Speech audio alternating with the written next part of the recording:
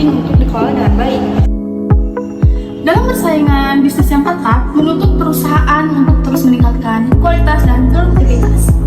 Untuk mencapai kualitas yang baik, maka diperlukan sejumlah biaya yang disebut dengan biaya kualitas yang harus dikelola secara efisien agar tidak terjadi pemborosan.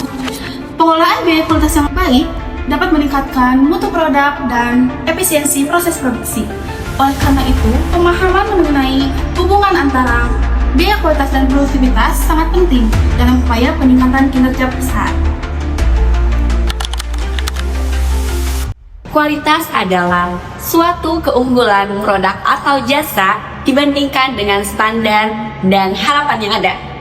Artinya, kualitas menunjukkan seberapa baik produk atau layanan yang bisa memuaskan dan juga memberikan kebutuhan pelanggan.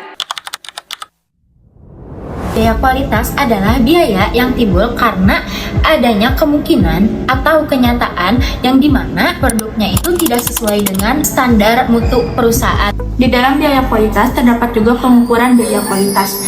Biaya kualitas terbagi menjadi dua kelompok utama. Yang pertama, biaya diamati. Biaya diamati yaitu biaya yang tercatat langsung oleh sistem akuntansi, seperti biaya pencegahan, penilaian, dan kegagalan terukur. Yang kedua, ada biaya tersembunyi.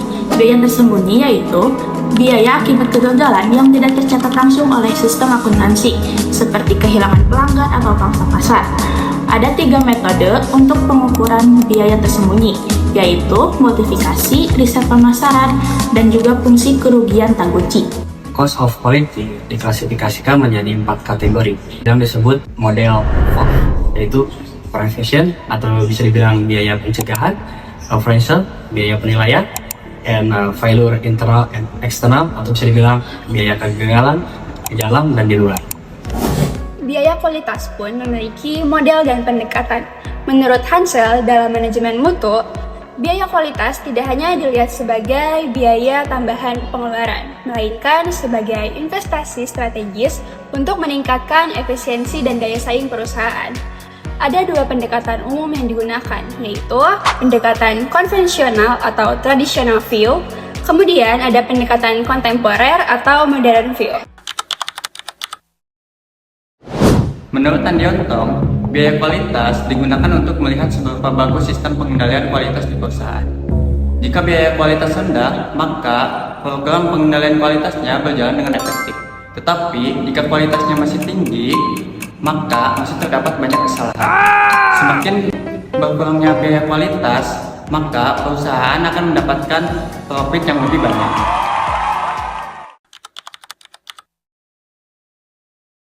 Menurut Jawanto et al. Pada tahun 2000 dapat dilakukan melalui beberapa langkah. Di antaranya, yang pertama, membuat persamaan regresi, yang dimana persamaan ini menunjukkan pengaruh biaya kualitas terhadap produktivitas. Yang kedua, uji statistik atau hipotesis, yang dimana isinya ada perumusan hipotesis, menentukan taraf signifikansi, kriteria pengujian, perhitungan nilai T, serta pengambilan keputusan dan kesimpulan. Dengan demikian, melalui analisis regresi dan uji hipotesis ini, kita akan mengetahui apakah biaya kualitas berpengaruh secara signifikan terhadap produktivitas perusahaan. Ada 5 jenis pengukuran produktivitas. Yang pertama ada produktivitas parsial, yang kedua ada produktivitas total, yang ketiga ada produktivitas terkait laba, yang keempat komponen pemulihan harga, yang kelima adalah trade-off. Nah, setelah kita bahas soal biaya kualitas dan produktivitas, sekarang kita bakal bahas soal perbaikan dan reduksi biaya kualitas. Gimana sih? Kayak perusahaan itu berusaha untuk terus meningkatkan kualitas dengan cara perbaikan dari awal proses produksi. Nah, dengan melakukan itu, perusahaan tuh bisa mengurangi biaya kegagalan karena ada penanganan dan pengendalian yang lebih kuat di masa depan.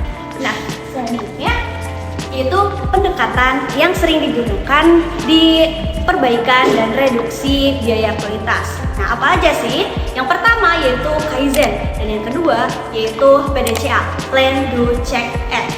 Nah, tujuannya cuma satu, yaitu perbaiki proses kerja. Kita harus hilangkan semua aktivitas yang enggak value added, yaitu turunin tingkat cacat, tingkatin efisiensi, dan hemat biaya produksi.